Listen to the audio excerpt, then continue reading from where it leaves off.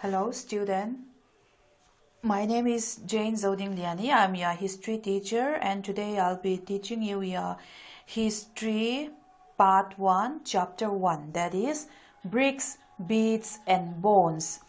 Let's first see the timeline.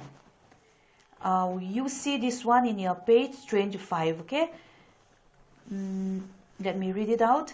Major period in early Indian archaeology. 2 million BP Lower Paleolithic, 80,000 Middle Paleolithic, 35,000 Upper Paleolithic, 12,000 Mesolithic, 10,000 Neolithic, Early Agriculturist and Pastoralist, 6,000 Chalcolithic, First use of copper, 2600 BCE Harappan civilization, that is use of iron, and 1000 BCE early iron megalithic burials, 600 BCE to 400 CE early historic. Okay, hemi timeline hi ngundawin in lo chiaranga in lo bahat veang objective types are apoimotrin. And now we go through introduction. Indus Valley or Harappan civilization was a Bronze Age civilization, 3300 to 1300 BCE in the northwestern regions of South Asia, that is India, Pakistan, Afghanistan. The Indus Valley civilization is also named the Harappan civilization after Harappa. Harappa was first site to be excavated in the 1921. This Harappan civilization flourished in the basin of the Indus River. Harappan period witnessed the first urbanization in India. Okay, and now we go to the sources of this Harappan civilization. From where do we get information about this Harappan civilization? Let's see here. From archaeological evidences like remains of these houses, pots, ornaments, tools, seals. And now we go to these Harappan seals. The Harappan seal is the most distinctive artifact of the Harappan civilization, made of stone called steatite. Seals often contain animal motifs and signs from scripts. Okay, artifact means useful object formed by humans, particularly one of interest to archaeologists. Okay, and now we go to the Harappan period. Let's see here. Before 2600 BCE, we call it early Harappan culture. And between 2600 BCE to 1900 BCE, we call it matured Harappan culture. And after 1900 BCE, we call it later Harappan culture. Okay, and now we go to the Tam culture. Archaeologists use the Tam culture for the group of objects distinctive in style that are usually found together within a specific geographical area and period of time. In the case of this Harappan culture, these distinctive objects includes seals, beads, weights, stone blades, and even baked bricks. These objects are found from areas as far as this Afghanistan, Jammu, Balochistan, that is Pakistan and Gujarat. Okay, now we go to early Harappan culture features. Okay, early Harappan cultures features and its features were it originated in the period between 2600 BCE and its distinctive pottery, about its agriculture, pastoralism, some crafts, small settlement, and there was no large building in early Harappan culture, and there was no city, okay? And now we again see this mature Harappan culture features, okay? Its features developed in the period between 2600 to 1900 BCE, okay? And there was urban culture, and there was city life. Large cities like Harappa and Mohenjo-daro was there. There was civilized life, and this culture belongs to Chalcolithic period, and copper, bronze, gold, silver was known, and there was administration, town planning was there, the citadel, the warehouse, the great bird, and drainage systems, arts and craft, the seal, the script, thread was known in this matured Harappan, okay?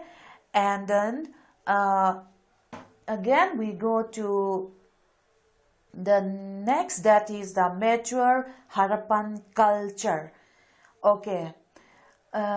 In mature Harappan culture, we know about this archaeobotanist, specialist in ancient plant remains, and we know of these archaeogeologists or zooarchaeologists. They were specialists in ancient animal remains.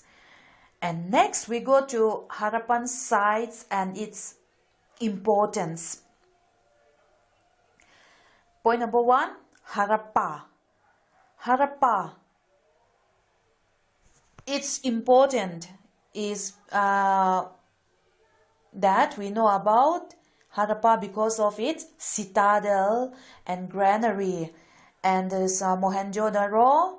In Mohenjo-daro, we know about this warehouse, great bath, priest king, dancing girl. And Cholistan, Banawali, terracotta models of the plow.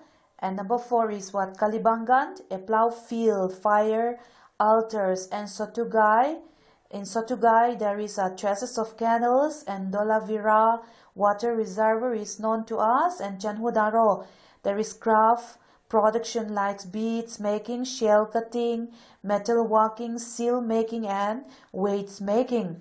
And in Nagashore, we know about this shell making, and in Balakot also shell making as well, and in Notal, dockyard. Okay, and now we go to the next, that is subsistence strategies of Harappan people. Agriculture, like plants like chickpea, barley, lentils, wheat, sesame, millet was known to them, and but rice was rare. Khati hun lai khanin rice hi an ching vak lo ti nanin chu. And then they domesticated animals like cattle, sheep, goat, buffalo, and pig. And they hunt animals like boar, deer, and gharial, and fishing and was known to them. And now we go to these food habits of these Harappan people. They ate plants and animals products including fish.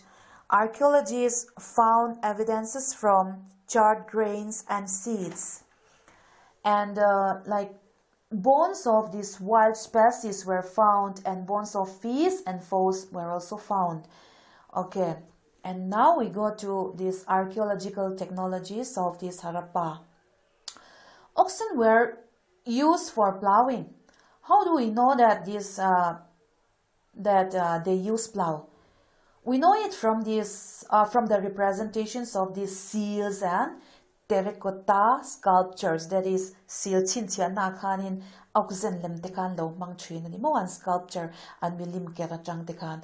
And terracotta models of this plow have been found at the site in this Cholistan and in Banawali, that is in Haryana, and evidences of this plowed field at Kalibangan, Rajasthan. And we see that plow at Kalibangan had two set of these furrows, suggesting that two different crops were grown. It means that the land is fertile too, isn't it? And traces of canals have been found at Sotugai in Afghanistan as well.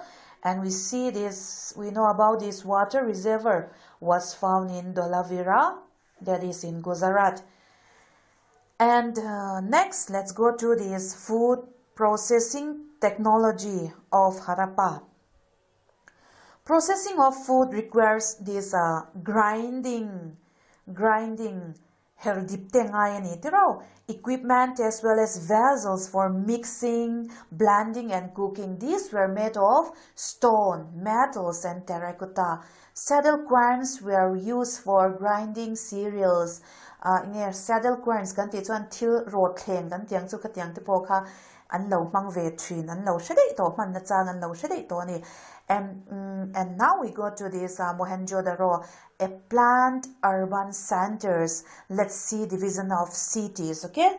Cities were divided into two parts, that is citadels and the lower town.